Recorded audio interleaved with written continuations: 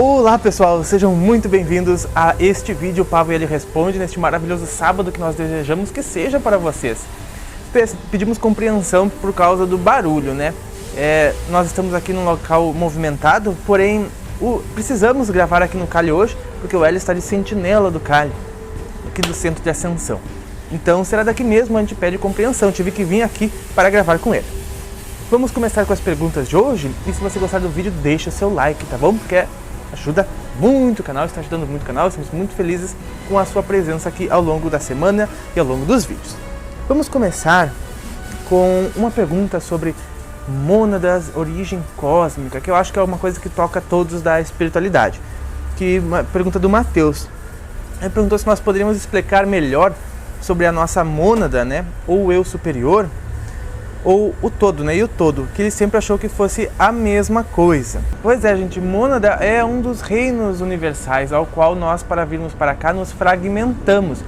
Porque, por exemplo, assim, né, no plano divino, que é o todo, esse que a gente fala, nós, como consciência, para experienciarmos aqui na vida material, aqui na nossa dimensão, no nosso mundinho, nós vamos nos fragmentando, né, vamos entrando dentro de veículos para ter essas experiências, né, para ver a vida de uma forma diferente, para poder se ver, né, ver a nós mesmos através do outro, através das outras coisas.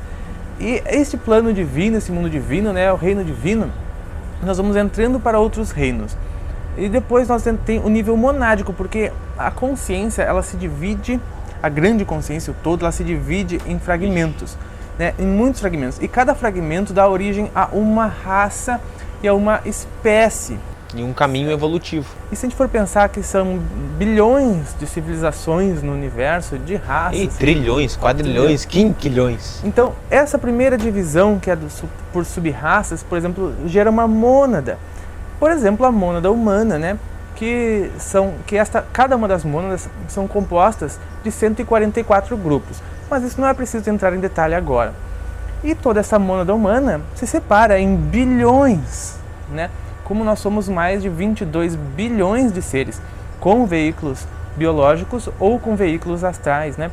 Se dividiu em mais de 20 bilhões de seres, experienciando tudo da mesma forma e achando que o Hélio é o outro, para que aprendamos, para que tudo isso seja também mais rápido e na dança cósmica, no ganho consciencial, porque o grande objetivo do universo é ampliar ainda mais o seu nível de consciência, para que nós façamos Deus crescer através de nós, né? E com isso tudo cresce, todos crescem, nos aperfeiçoamos, nos transformamos, dentre outros propósitos.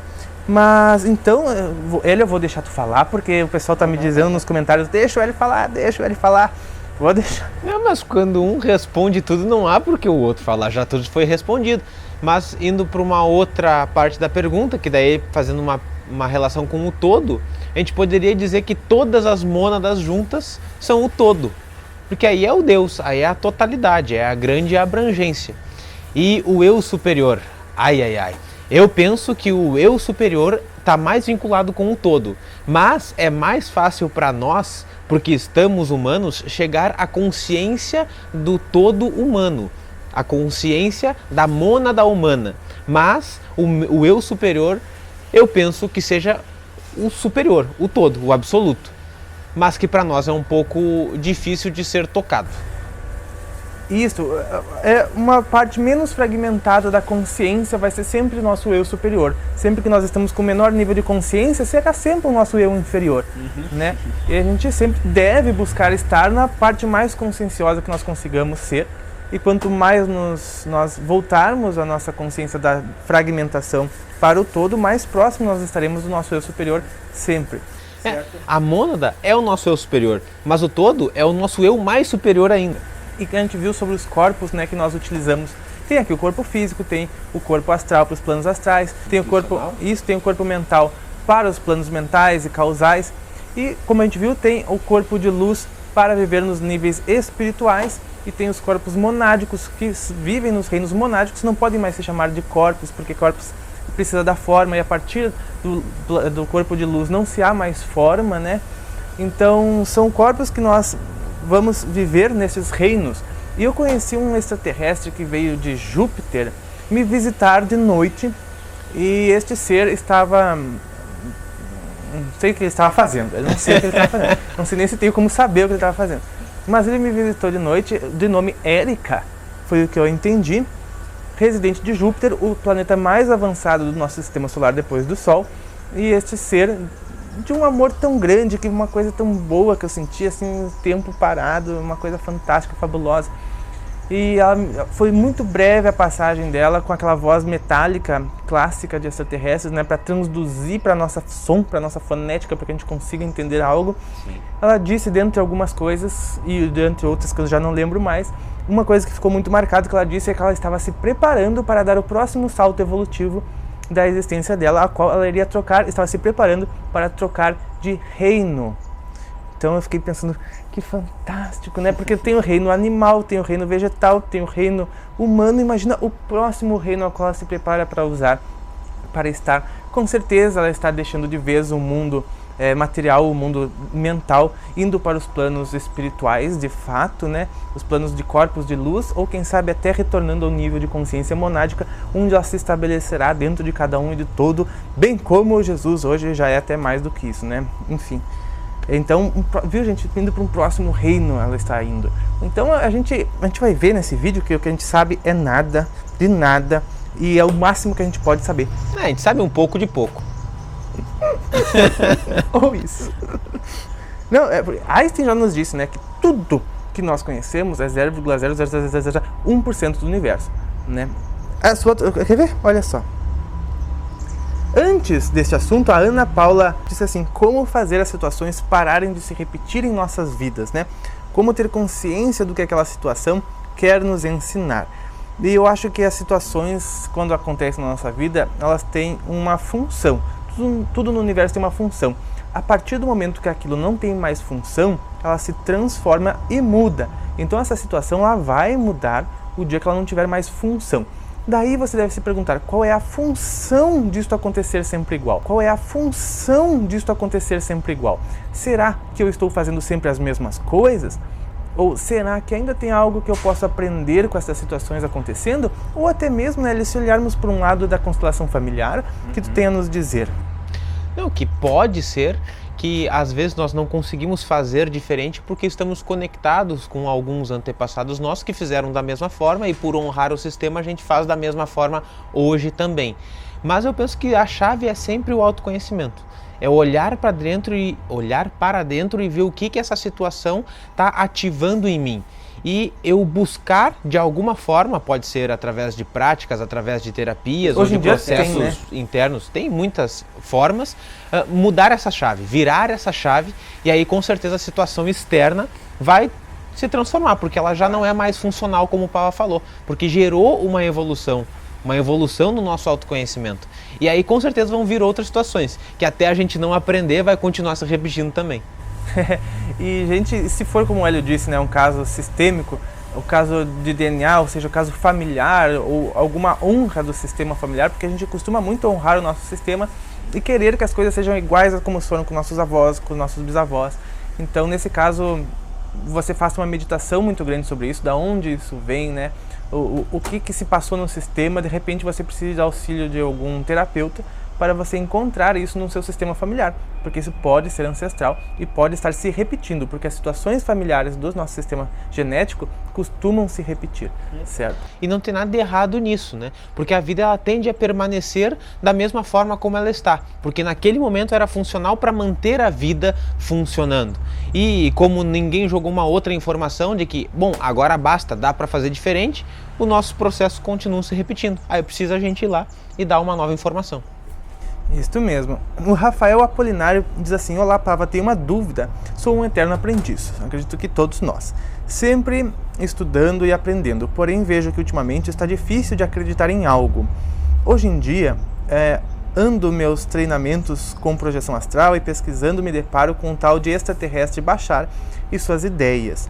Pesquisando descobri a ideia de que existem bilhões de multiversos, que regressão não existe, e etc. Como podemos realmente focar e acreditar em algo com tantas diferenças e ideias? Hélio, posso começar a falar um ponto importante? Quando Jesus chegou na Terra, né? Ó o passarinho. Quero. Quando Jesus chegou na Terra... Tu falou do Hélio que estava de sentinela, este é conhecido como sentinela da querência. Quando Jesus chegou na Terra, ele não trouxe para a humanidade nenhuma novidade. Nada de novo. O que ele disse para os humanos da época foi básico do básico do básico do básico de como funciona aonde eles estão, o universo, a vida, o básico do básico. É como se fosse construir um muro, esse tijolo assim, argamassa, outro tijolo assim, e até hoje tem gente que duvida da forma como se constrói um muro.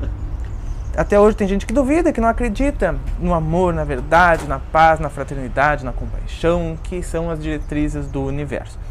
Até porque pode não ser muito aparente para um primeiro olhar ou para uma primeira visão do universo, certo? Mas ele não trouxe nenhuma novidade, certo? Então nunca houve dúvidas para estes seres. Pode ter havido dúvida para 0,00001%, que somos nós, ainda em desenvolvimento nos reinos mais básicos, né? Recém saindo do animal, respirando, começando a ter os primeiros entendimentos de onde funciona isso aqui, que é isso, onde estamos, botando quem sou a cabeça eu, para fora botando da a água, cabeça né? para fora da água. Mas para 99,9% da vida universal, isso daí é a coisa mais básica do básico, do básico, do básico, que não é nem questão de acreditar ou não, né?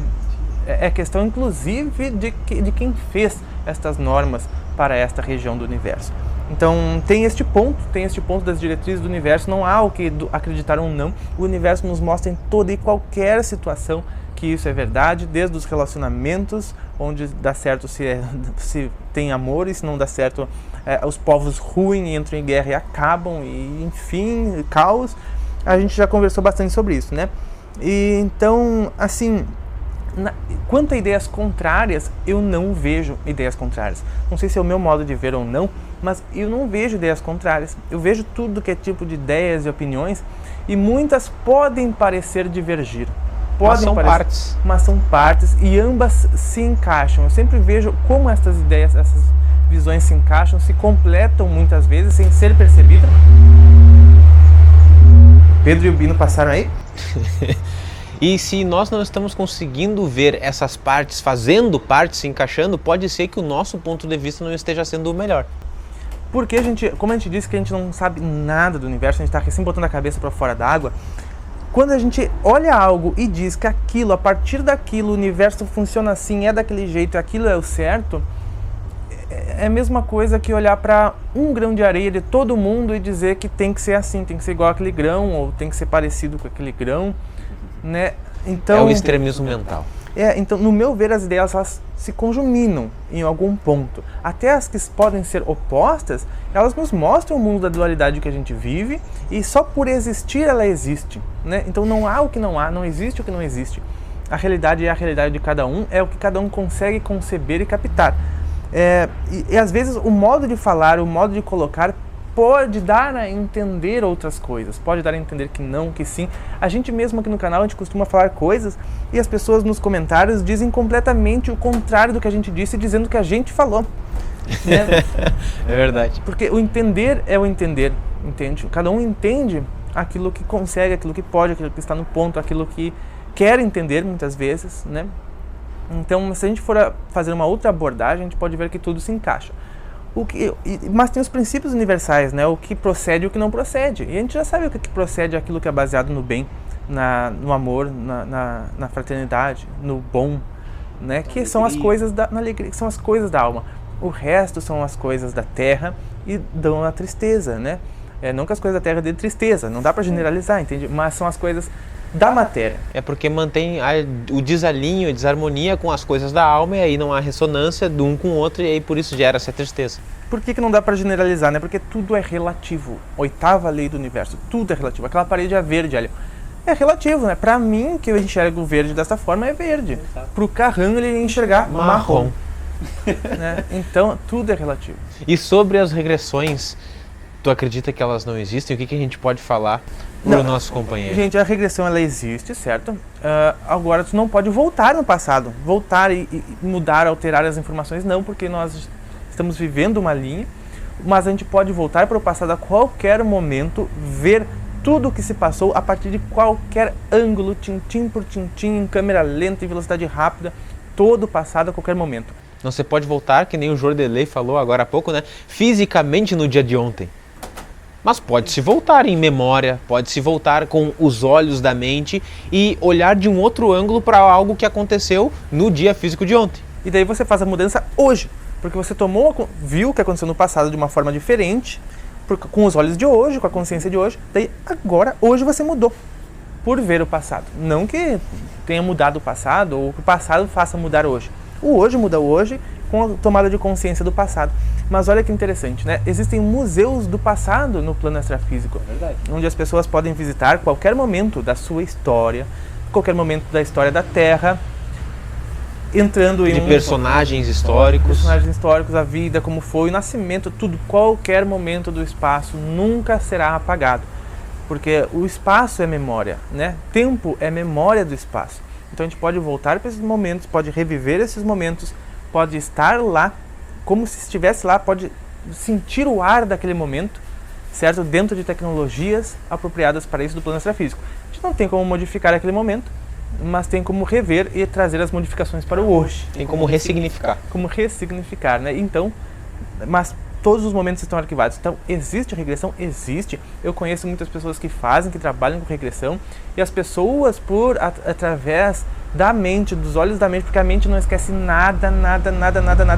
Se você ler um livro assim, ó, que só botou os olhos assim... A mente consciente, que é essa que nós temos, pode esquecer. Esquece tudo. Aliás, poucas coisas ela lembra. Então, se você só passou as páginas do livro assim, ó, há 15 anos atrás, e deu tempo do olho focar, a página está na sua mente, inteira. Certo? Estará lá. A nossa mente não esquece nada. Bem como o universo. Então, é possível voltar em regressão? Sim, é possível ver o passado, é possível. E eu não acredito que alguém tenha falado que não. Pelo menos da área espiritualidade, certo? Se for alguém de outra área... Depende do contexto, às vezes, né? Porque é difícil. Porque a pessoa, o Bashar, não sei quem falou, pode ter dito que é impossível modificar o passado ou voltar ao passado.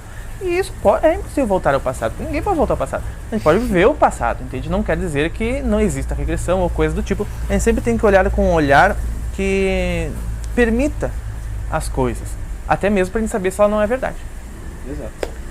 Então... E bilhões de multiversos existem, gente. Existem bilhões de universos e de multiversos, certo? Eu vou deixar recomendações para realidades paralelas aqui em cima. E nós temos mais de 7 bilhões de almas encarnadas no mundo, cada um vivendo suas diretrizes, e está aí já muitos multiversos.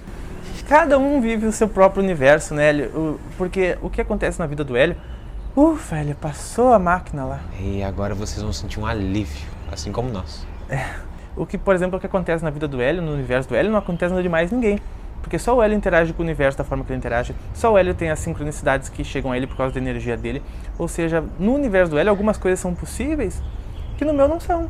No universo do vizinho, acontece tipo coisas magníficas que no meu não aconteceria. Cada um vive o seu universo, cada um somos universos paralelos. Por isso que você é único. Você é único, lei número 1 do universo. Ninguém é tão ignorante quanto eu, quanto você. Então, pessoal, nós temos muitas perguntas ainda para responder, vamos deixar para o próximo final de semana. Deixe suas perguntas aqui embaixo, tá? Não se esqueça, por favor, deixe também seu like e compartilhe o vídeo com quem você achar que gostaria destes assuntos. Nós desejamos um maravilhoso final de semana, fiquem em muita paz e muita luz. E se você não é inscrito, se inscreva no canal, que daí, Hélio, nós nos vemos nos próximos. Um grande abraço e até mais.